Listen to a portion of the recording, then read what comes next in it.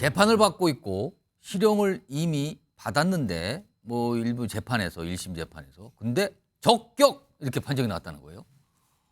적격 판정. 어떤 분 얘기인지 화면 좀 보겠습니다.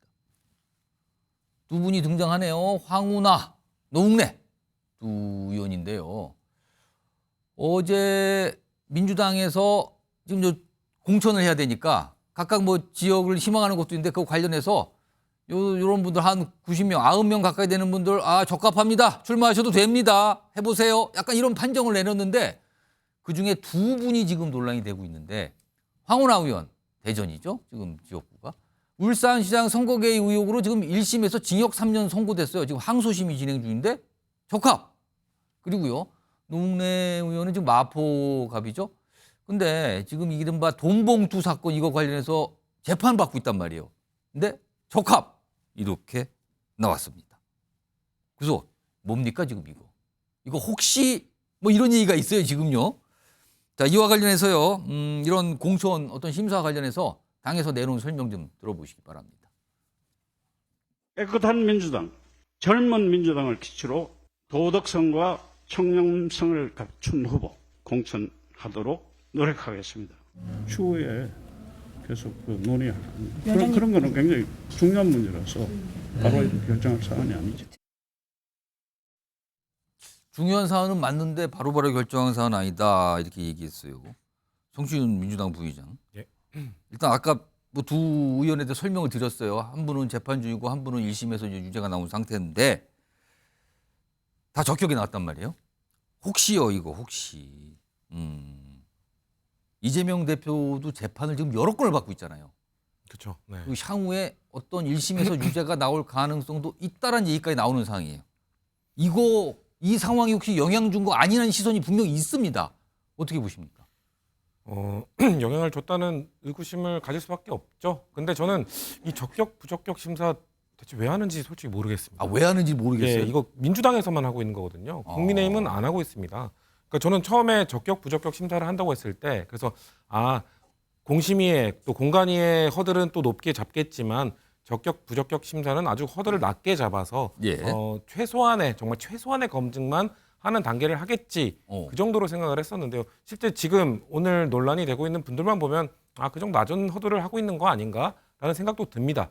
하지만 이전에 나왔던 적격 부적격 심사 발표들을 봤을 때 이 현직이 아닌 도전자들에 대해서는 허들이 높았거든요.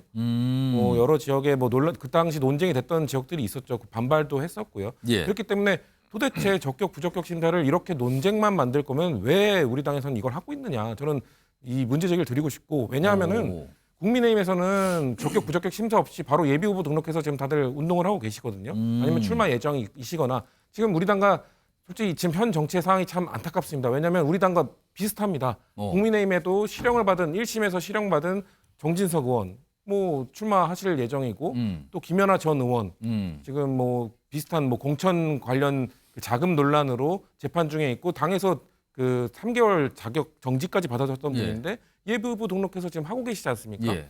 이런 상황에서 이 허들은 그런 분들에 대해서 국민의힘도 저는 공정한 잣대 허들을 세우실 거라고 보는데 민주당도 공관위 차원에서 허들을 세우면 되지 왜 적격 부적격 심사를 굳이 한 번 더 해서 도전자들을 걸러내는 그런 역할만 하면서 논쟁을 키우느냐라는 의구심이 있고 그리고 아까 그 적격 부적격 심사와 다른 그 이명백 교수님 같은 경우는 이제 공관위원장이시죠. 그러니까 공천 관련된 설명이죠. 그거에 대한 설명은 지금 논쟁이나 제가 방금 말씀드린 이런 적격 부적격 심사에서의 좀 잡음, 이해하기 어려운 부분 이런 것들과 또 다른 부분입니다. 왜냐하면 또 더 높은 호들을 지금 제안하신 거기 때문에 제시하신 것이기 때문에 그리고 이명백 교수님은 학계에서 워낙 유명하신 분이고 아주 올곧은 분이시기 때문에 저는 이런 논란을 이명백 교수님이 이끄시는 공관위에서 허들을 높이 세움으로써 좀 잠재웠으면 좋겠습니다. 추가 질문 드리면요.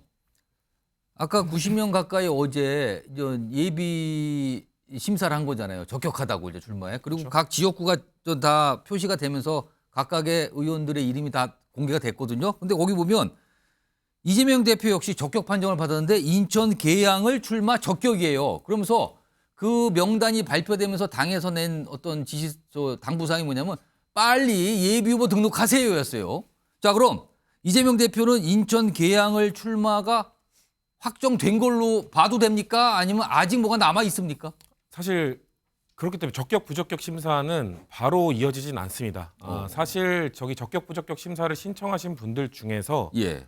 지역구에 대해서 아직도 결정하지 못하신 분들 사실 있습니다. 근데 본인이 지역을 설정하시니까 저 심사를 받은 거 그럴 아닙니까? 때 보통 뭐 지난 총선 때도 그런 게 있었거든요. 지난 총선 때 저희도 민주당은 적격 부적격 심사를 했었기 때문에 예. 그 당시에 다른 지역에 몇 가지 고민하시던 분들이 예를 들면 그 당시에 뭐 종로로 신청한 이후에 대신에 종로에 출마하는 뭐 지역위원장 이런 분들께 양해를 구하고 나의 지역이 아직 확정되지 않았기 때문에 일단 종로로 합니다라고 양해를 구하고 그 이후에 지역구를 바꿔서 예비후보 등록한 사례들도 있습니다. 그렇기 때문에 글쎄요, 이재명 대표의 출마는 개인의 출마가 아니라 당 전체적인 차원에서 이루어지는 것이기 때문에 일단 현지 지역구인 계양을로 신청을 하셨지만 저는 변동의 가능성도 있다고 봅니다. 그러면 지역구는 바뀔 수 있지만 일단 출마는 확정이 된 겁니까? 출마 역시 그렇죠. 일단 적격 심사 받은 이후에 출마 자체도 과연 이재명 대표가 지금 몸 상태에 따라서 전국을 도는 뭐 예. 선거를 할 수 있을지 아니면 지역에서 그 강행군 이 13일 동안 계속 지역을 도는 선거를 할 수 있을지 그런 거에 대한 판단도 좀 빠르게 내려야 되지 않겠습니까? 그런 것 때문에 저는 아직은 변수가 있다고 봅니다. 출마 여부나 지역구 여부는 아직 변수다 이 말씀이네요.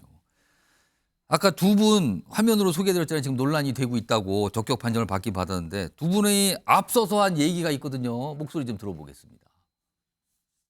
청탁 수사든 함영 수사든 그 명백히 존재하지 않는 내용들이고 또 경찰은 지극히 정상적인 수사를 진행했을 뿐인데 반드시 항소심에서는 무죄가 이루어질 것으로 역시 확신하고 있습니다. 검찰이 제 집에서 압수한 돈 뭉치는 검찰이 만든 작품일 뿐입니다. 부패 정치인 프레임을 씌워서 당내 내부 분열을 시키고 민주당을 와해시키겠다는 파괴 공작에 민주당 똘똘 뭉쳐서 결연히 맞서야 합니다.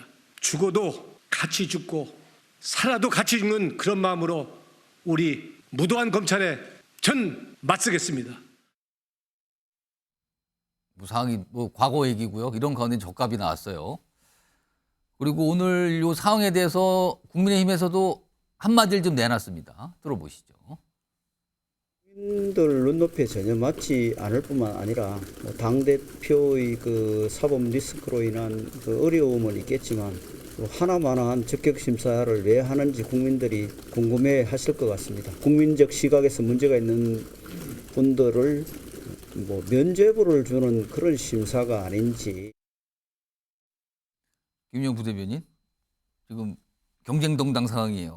이거 좀 어떻게 판단하고 계세요? 그러니까 제가 아는 분 중에서 이번에 민주당에서 출마하시는 분이 공직 후보자 검증 준비를 하는 게 너무 힘들다고 하더라고요. 힘들다고. 네, 서류도 많고 준비해야 될 게 너무 많은데 오. 그렇게까지 힘들게 했는데 결국 기준은 결국에는 이재명 대표의 상황에 맞춰서 상황이 꼭 기준이 돼버린 상황이 된 것 같아서 오. 소속 정당을 떠나서 이게 예. 지금 국민들이 정치를 어떻게 볼까라는 솔직히 굉장히 죄송스럽고 그런 상황이고 그리고 이렇게 되면 오히려 이재명 고하기 프로젝트로 될 겁니다. 이렇게 되면 이 기준 자체가 왜 하는지 저도 모르겠습니다. 윤재욱 원내대표 말씀처럼 이 면죄부 주는 심사로밖에 볼 수 없는 거고 거기다가 저희는 오히려 이런 걸 국민의힘에서는 이런 걸 안 하는 이유가 공관위에서 어차피 다 정상적으로 걸러낼 수 있기 때문에 안 하는 거거든요. 그래서 저희는 오히려 민주당의 이런 모습을 보면서 방면구서 삼아서 국민의힘은 국민의 눈높이에 맞는 공천 기준을 통해서 공천을 하겠다 이렇게 말씀드리겠습니다. 자, 다음 주제도 민주당 관련인데요. 저는 나가서 이 내용 좀 소개해드리겠습니다. 여기 화면에 내용이 좀 준비되어 있는데요. 내용 보겠습니다. 자, 우선 보세요. 임종석, 노영민 두 분 이름이 나왔죠. 공통점은 문재인 정부 당시 대통령 비서실장을 한 분인데 이번에 두 분도 예비후보 적격 판정을 받았어요. 각각 서울 중구 성동 이쪽 지역 그리고 청주 상당 이 지역에 일단 출마 의사를 밝히고 심사를 받았는데 적격이 나왔습니다. 굉장히 비중 있는 정치인이죠. 이런 상황인데 그런데요. 다음 보겠습니다. 오늘 이 두 인물과 관련해서 민주당 내에 민주당 혁신행동. 근데 이제 이러면 이게 뭐지요라고 하실 분 있는데 간단히 말씀드리면 친명색이 짙은 어떤 단체다. 이재명 대표를 강력히 지지하는 단체다. 뭐 이렇게 소외가 됩니다. 근데 여기에서 문제를 삼았습니다. 임종석, 노영민, 윤석열 발탁한 진실부터 밝히고 출마하라. 정권 교체 계기를 제공한 인사들이 총선에 출마하는 황당한 일이 벌어지고 있다. 문제를 삼은 겁니다. 왜 총선에 나와요? 그 두 분. 이렇게 문제 제기를 한 건데요. 박원석 전 의원님. 네. 그런데요. 이런 요구가 지금 총선을 앞두고 나왔거든요. 근데 이런 요구는 정권이 교체된 뒤에 민주당 내에서 비판적으로 나왔어야 되는 거 아닙니까? 원래는요?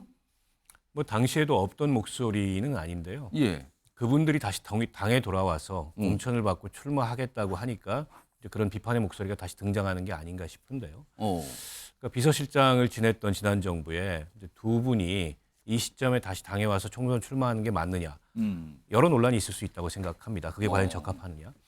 근데 그와 별개로 지금 민주당이 공천 과정에서 앞으로도 많이 나타나게 될 격렬한 파열음은 이 수요와 공급의 불일치가 심각하기 때문에 그래요. 수요 공급이요? 갑자기 워낙에 지난번에 민주당의 의석이 많이 됐고 현역 의원들이 많기 때문에 하고자 하는 사람은 많은데 자리가 제한적입니다. 그런데다가 민주당은 컷오프 제도가 없어서 예. 현역 의원들은 대부분 경선의 기회는 보장을 하거든요. 근데 경선을 치르면 현역 의원들이 압도적으로 유리할 수밖에 없어요. 4년 내내 지역 관리하고 조직 기반 구축하고 경선 준비를 하기 때문에 이제 그런 데서 나오는 일종의 불협화음이고 일종의 힘겨루기라고 볼 수 있을 것 오늘 같고요. 이 민주당 혁신행동이 저렇게 비판적 성명 입장을 낸 거는 공천을 누가 받을 것인가 이런 부분과 연관이 있다고 보시는 거예요? 당연하죠. 그 이해관계가 저기엔 개입이 돼 있는 거고 저 민주당 혁신행동이라는 분들도 원외에 있는 비명계 조직이고 예. 이번 총선에 상당수가 출사표를 낸 분들이 예. 저 조직을 만든 거기 때문에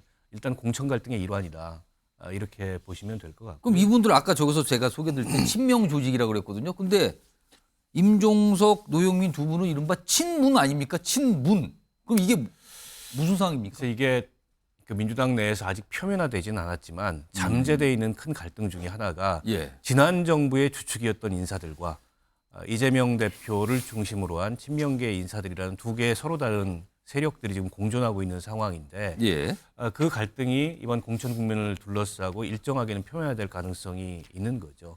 더군다나 그 지난 정부의 주축이었던 세력 중에 현직 의원들이라면 별 문제가 없을 텐데 임종석, 노영민 두 실장처럼 과거에 어쨌든 의원이었지만 지금은 아닌 대통령실을 거군요. 거쳐서 예. 이번에 다시 정치 복귀하려고 한 분들의 공천에 대해서 저런 불만이 터져나올 가능성이 높고 예. 두 분뿐만이 아니고 과거에 이제 대통령 청와대에서 일했던 그 친문 세력 중에 출마자들이 꽤 있거든요. 예. 이제 그 공천을 둘러싼 여러 가지 이제 불협화음들이 앞으로도 더 나타날 가능성이 높다고 봅니다. 자, 다음 준비된 목소리가 한 분 계신데요. 이분도 과거에 문재인 정부 당시 청와대 근무를 했고요. 그리고 뭐 친문으로 꼽혔죠. 지금도 친문으로 꼽힌지 모르겠습니다만 뭔가 얘기를 꺼내놉니다. 일단 들어보시기 바랍니다. 마치 무슨 그게 이재명 대표를 향한 충성맹세처럼 보여지는 것도 저는 마뜩치 않았었고요. 어쨌든 지도부에서 이제 끝까지 노력을 해서 이제 만류를 했었던 거고요. 그 이제 당 지도부의 뜻을 거스르는 행동들은 좀 자제해 주십사 하고 부탁드리고 싶습니다. 이런 얘기를 했는데 다음 보겠습니다. 화면에. 아까 소개했던 그 조직이 또 나왔는데요. 오늘 뭐 잇따라 뭐 입장을 냈는데 윤영찬 의원 지금 탈당할 듯 했었는데 잔류했잖아요. 윤영찬 의원 이 같은 행동 이유는 해당 행위를 감싸고 도는 소위 청와대 출신들 때문이다. 이거 친문이잖아요. 친문. 친문들이 감싸고 돈다. 그러면 여기에 고민정 의원도 해당이 될 수가 있어요. 지금요. 화면 보겠습니다. 고민정 의원이 이와 관련해서 입장을 좀 냈는데 이겁니다. 아니 탈당 막았더니 돌아오는 건 손가락질이군요. 요 기사와 관련돼서 그런 반응을 보였어요. 김현주 전 부대변인. 그러면 얼마 전에 대표적인 비명계 의원들이 탈당을 한 상황이잖아요. 이 상황에서 친명 정치인들이 이제는 친문 쪽을 보면서 뭔가 공격을 하는 겁니까 지금? 그렇다고 볼 수 있죠. 대표적인 비명계들이 이제 퇴출, 뭐 퇴출이라고 표현하는 것이 정확한지는 모르겠습니다만. 탈당인데 퇴출이라고 또 보시나 보네요. 뭐 내용적으로는 그렇지 않겠습니까? 원칙과 상식에 이제 세 분이 탈당을 하셨죠. 예. 저는 이것이 이어서 바통을 이어받아서 친문 퇴출의 서막이 열렸다. 저는 그렇게 이제 친문 퇴출의 서막이요. 네, 그렇게 봅니다. 왜냐하면은 지금 임종석, 노영민 두 분에 대해서 사과를 하라는 거잖아요. 지금 이 목소리를 내는 분들이 민주혁신행동이라는 주로 친명계 원외 조직에 계신 분들인데 그러니까 민주당 혁신행동 이렇게 돼 있어요, 그렇습니다. 이름이. 예. 그 구성원들을 보시면은요, 조상호, 그리고 김현정, 예. 남영희, 현근택 이런 분들로 구성되어 공통점은 있습니다. 일단 원외네요. 원외죠. 예. 그러니까 이분들이 지금 센 목소리를 내고 있는 거 아니에요. 아. 그러니까 왜 윤석열 정부가 탄생하게끔 그 씨앗을 찾아보자면 왜 검찰총장으로 탄생을 시키는 바람에 왜 그 자리에 앉혔는가? 그렇죠. 어. 그거에 대한 책임을 묻고 있는 거잖아요. 그러니까 그걸 사과하라는 거잖아요. 적격 예. 판정은 좋으나 사과를 해라. 그래야 이후로도 진행이 될 것이고 뭐 경선에도 갈 것이고. 하지만 저는 이분들 공천심사에서 만만치 않을 거라고 봅니다. 그렇기 때문에 저는 친문 퇴출의 서막이다 이런 표현을 제가 썼는데요. 예. 사실 그런 기준으로 만약에 따지자면은 왜 정권 교체가 되었느냐에 대해서는 대선 후보한테 먼저 물어봐야 되는 거 아닙니까? 그 당시에 대선 캠프를 주도했고 대선을 진 후보가 있는데. 그렇죠. 대선 후보가 있는데도 아. 그분이 정작 막상 지선에 바로 나와가지고 그 전체 선거 지휘하시고 또 당대표 되시고 이런 과정들을 쭉 지켜봤는데. 지방선거와 이제 보궐선거가 같이 치러졌는데 거기 출마했었죠, 지금. 그렇죠. 예. 그 유례가 없었던 일이거든요, 아. 사실. 왜냐하면 일종의 휴지기를 두는 것이 상례였는데 그것도 다 그냥 집어치우고 그냥 바로 나와서 직진하셨지 않습니까? 예. 그리고 주로 책임을 물으려면 왜 대선에서 패배했느냐 그 책임을 물어야지. 아니 왜 윤석열 그 전 검찰총장을 발탁해서 그 빌미를 제공했느냐 이렇게 물어보기 시작하면은요 예. 닭이 먼저냐 달걀이 먼저냐 이 문제로 지금 가는 거거든요. 예. 그렇기 때문에 지금 고민정 의원도 굉장히 좀 당혹스럽긴 할 겁니다. 탈당 못하게끔 만류를 했는데 왜 이제 돌아오는 건 손가락질 뿐이냐라고 예. 얘기를 하시는데 사실상 여기서 이제 가장 큰 피해를 입으신 분은 윤영찬 의원이라고 볼 수가 있죠.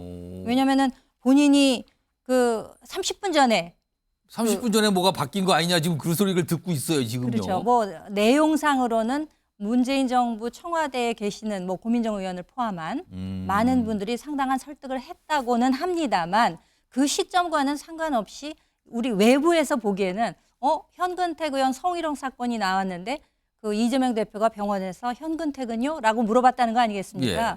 그로 인해서 그럼 나한테 혹시 기회가 오는 거 아니야? 이래가지고 되돌아섰다라는 것이 지금 주류의 판단인 것이거든요. 그러니까 여기서 윤영찬 의원은 큰 외통수에 걸린 것이고 어떻게 보면 가장 큰 피해자 현재 시점으로는요. 그렇게 보이기도 합니다.